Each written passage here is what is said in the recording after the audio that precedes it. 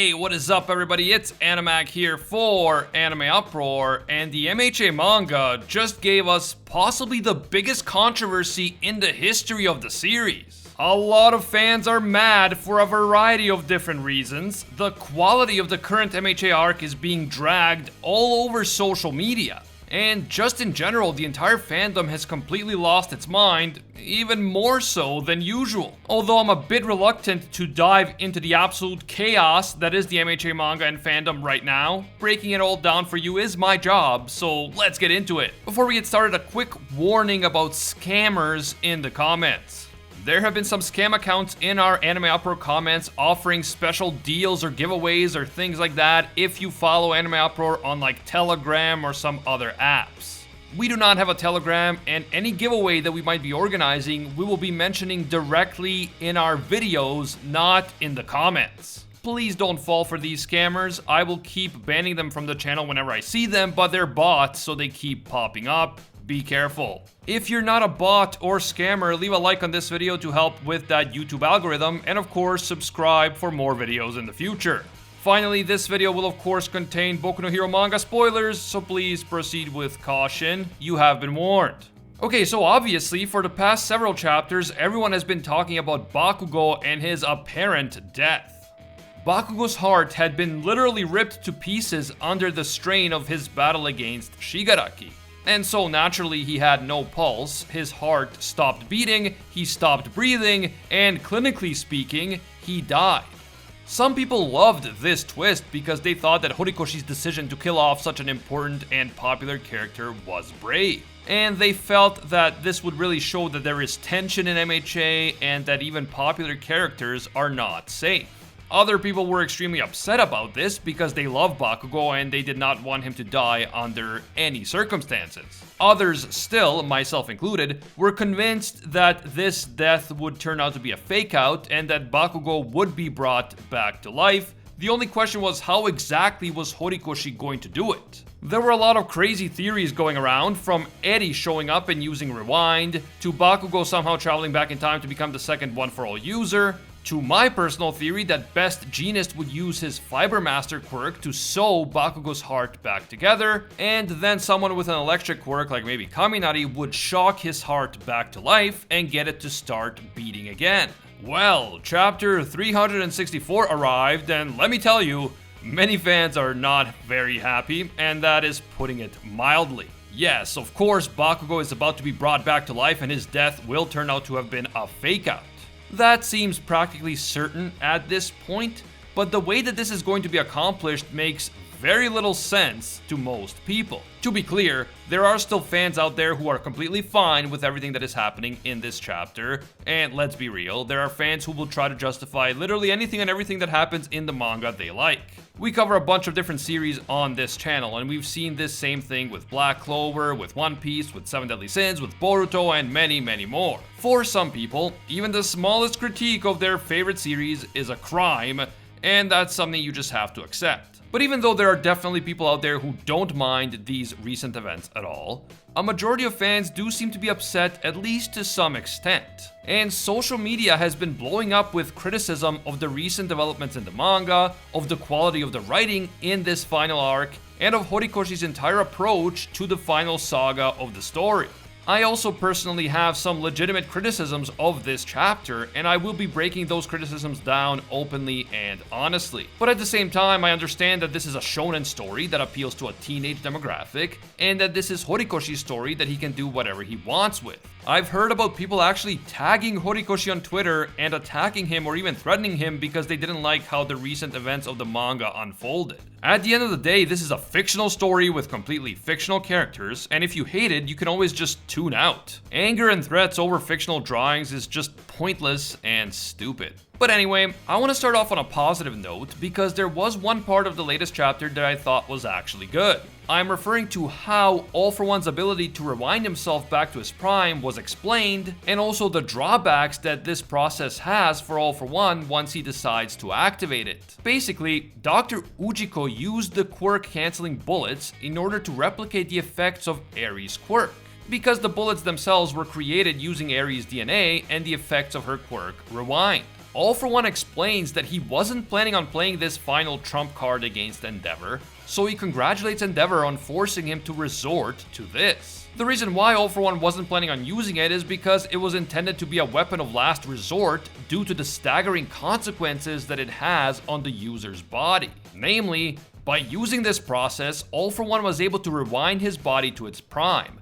But once that process of rewinding is initiated, All For One's body will eventually rewind itself out of existence. This means that the original All For One is now as strong as he's ever been, but as a result, the time he has left is severely limited. This doesn't concern him because he already transplanted his consciousness into Shigaraki's body, so his main goal now is to weaken the heroes as much as possible in order to ensure Shigaraki's ultimate victory. When we initially saw that All For One was reverting back to his prime, I was quite concerned about how absolutely broken this was going to make him. I mean, he was already super strong, even in his severely injured, older body, but now that he's back in his prime, his body feels as light as silk, his speed is unbelievable, and he is able to steal the quirks of heroes in an instant. He also declares that the One Piece is real before actually putting on some clothes. All For One is an absolute menace right now, and all the heroes on that battlefield, including Hawks, Tokoyami, and Endeavor, should be seriously concerned for their lives. That said, there is still hope, because as I said, All For One's time is limited, and if the heroes can just buy enough time, then All For One will be rewound out of existence and they will win. So yeah, I actually really liked how Horikoshi handled this insane power-up for All For One. It is extremely broken, but it is also temporary, and using it means that All For One has already sacrificed his own life.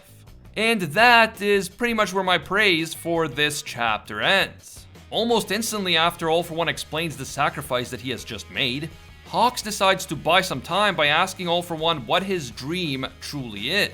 Since earlier, All For One was talking about his dream living on through Tomura after he himself ceases to exist.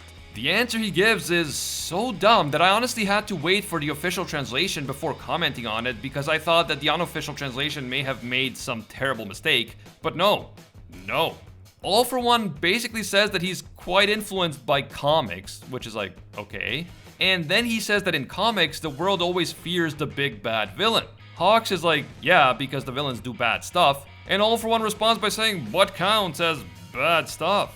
The rest of what All For One says I will have to quote word for word from the official Viz.com translation, just so there isn't any confusion in terms of what he's saying and what I'm interpreting on my own. All For One says, and I quote, "In a world teeming with myriad cultures and values, bad stuff would be an act that universally makes the masses turn up their noses in disgust. An act which thwarts the future they envision. So, I intend to thwart the future of the whole world. That's all I've ever wished for." Please help me out here and comment down below what you think All For One is actually saying, because to me it just sounds like his entire big dream is to troll the whole world. Oh, you have ideas about a bright future that you envision? Well, I'm gonna troll you by making sure that future never happens. Hahaha, cope, suckers. There is no mention here of trying to empower people with quirks who were shunned by society or discriminated against in the past. There is no mention of trying to get even with those who wronged him personally, so a standard revenge motive. There is no mention of wanting money and power and control. It's all about trolling the world and thwarting the future they envision. It's like that one guy who just spams 18+ images in a public Discord server in order to ruin the whole experience for everyone.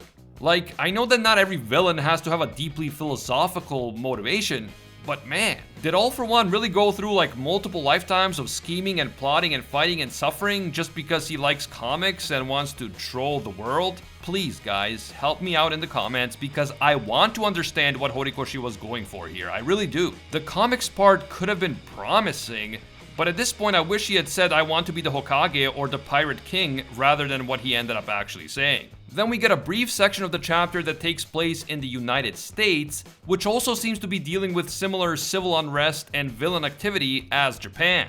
The living, breathing Star Wars reference, Admiral Akbar, is trying to convince the President of the United States to attack Shigaraki right now, while he's still busy dealing with the Japanese heroes. The president seems to believe that Shigaraki is already too strong to be stopped, so they should actually try to appease him and make a deal with him in order to minimize casualties. The president says that he does plan to eventually strike Shigaraki when the time is right, but this doesn't make sense because the time is right now. If Shigaraki is currently facing off against the best heroes and hero students that Japan has to offer, wouldn't it make more sense to attack him now and join forces with the Japanese heroes? How is waiting for him to subjugate all of Japan and become even stronger a smart play? I won't get into the complexities of international relations here, but this type of appeasement doesn't make much sense, and it has been a disaster historically in our own world as well. Shigaraki is not a rational state actor who can be bargained with. He is an unhinged villain psycho who just wants to destroy everything. Surely you don't expect Shigaraki to join the United Nations and host the Olympics, do you? We then get a couple of pages that emphasize the sacrifice made by Stars and Stripes and talks about how adults inspire children and how adult heroes have to serve as positive role models for the next generation of heroes. And all of that is just a prelude to what is about to happen back on the UA battlefield, where Best Jeanist is still standing over a lifeless Bakugo. Jeanist is trying to use his fibers to repair Bakugo's heart, but it seems that he isn't able to pull it off on his own. So Edgeshot shows up. He looks like he's been injured, and we finally get to see his face. He says that he has a lot of experience invading people's bodies using his quirk, which is called Fold a Body, and so he intends to enter Bakugo's body and repair his heart from the inside. Before he does this though, he yells at Miruko to keep fighting in order to buy him time, even if that means sacrificing her own life in the process. Listen, Horikoshi, if you kill off Miruko, I'm done with you. I'm gonna drop MHA and start playing dating sims instead. Anyway, Edgeshot then says that Bakugo's life is a life that they cannot afford to lose because all the MHA merch sales, of course. And he proclaims that he will use his quirk to replace what's missing inside Bakugo's heart, and he will then make Bakugo's heart pump again. Jeanist responds by saying that if Edgeshot does this, he will apparently die as a result. But Edgeshot is just like, all good, my man. I leave the rest to you. Then we get literally a single panel that takes up a quarter of a page that is supposed to, I guess, establish a previous relationship between Edgeshot and Jeanist. Jeanist was apparently the president of a textile club that Edgeshot was also a part of in high school. What? The final page features Edgeshot stating that he will be the boy's heart as he uses his quirk to enter Bakugo's body, and that is, unironically, how the chapter ends. So, apparently, from what we have gathered so far, Edgeshot, the number 4 pro hero, is going to sacrifice his life in order to literally become Bakugo's heart. At a time when the heroes are dangerously understaffed and outnumbered, the 4th strongest pro hero is going to die so that a hero student can live, because Bakugo's life is one we can't afford to lose for some reason. Bro, I understand that Bakugo is a popular character and that he's friends with Deku, but in the wider world of MHA, who cares about Bakugo? I understand that Deku's life is precious because he's the user of One for All, and the top heroes are precious because they're the ones needed to fight the villains. But Bakugo is not even the strongest hero student. He does not have a special quirk that All for One is desperate to steal, so why is his life one that we can't afford to lose? Again, I'm not talking about from the perspective of the fandom, because obviously we know Bakugo as a character and we like him. I'm talking from the perspective of the wider world of MHA, from the perspective of the top heroes, from the perspective of the Japanese government, the Japanese public, and so on. Why would Edgeshot, who to my knowledge barely even knows Bakugo, decide to sacrifice his life for this kid instead of fighting the villains as one of the top pro heroes? Honestly, I have no idea what is going on here. I really hope we will get somewhat better explanations of what's happening in the next chapter. Is Edgeshot really about to die? Or is he going to somehow live inside of Bakugo and then Bakugo will become 2 people at once? Why is Bakugo's life so important to the heroes as compared to the life of any other hero or hero student? Why should any of us even care if Edgeshot dies, since we know almost nothing about him, and neither does Bakugo? If anything, Jeanist sacrificing himself would have made a lot more sense, since he actually has a connection to Bakugo. Yes, I understand the general argument that heroes should try to set a good example and rescue other people even at the cost of their own life, But this is not an ordinary situation. The heroes are currently facing a villain apocalypse, and protecting the strongest heroes so that they can live to fight another day should be the top priority here. Protecting every hero's student at the expense of the top heroes is a terrible combat strategy. Again, Deku is an exception because of One for All, but come on. So yeah, while I obviously don't support the people who actually got mad about this chapter and sent threats to Horikoshi because that's just ridiculous and unacceptable, I can say that I liked this chapter. There were several glaring issues in my opinion, including All for One's weird motivations, the strange geopolitical calculations of the US president, and finally the whole Edgeshot Bakugo twist. Feel free to drop me a line down in the comments and explain to me why this chapter was actually better than I thought, because I'd love to hear what I'm missing. I was mostly on board with what's happening in this arc. It wasn't perfect, but it had potential, and I fully expected Bakugo to survive, but the way that it's been handled seems pretty bad, and now I'm genuinely concerned about how this thing will end. Oh, and for those of you who think that maybe Edgeshot will fail and Bakugo won't be brought back, I wouldn't bet on that, fam. I really wouldn't. Comment below with all your hot takes, and if you enjoyed this video, don't forget to leave a like and subscribe to the channel. If you disagreed with everything I said in this video and you thought that the video itself was terrible, then at least subscribe so you can be notified when my next video goes live, and you can go and dislike that video as well and leave a snarky comment. You can also hit me up on Twitter and Instagram at ℂ𝕂𝔻𝕻. As always, thank you guys so much for watching, and until next time, see ya, Space Cowboys!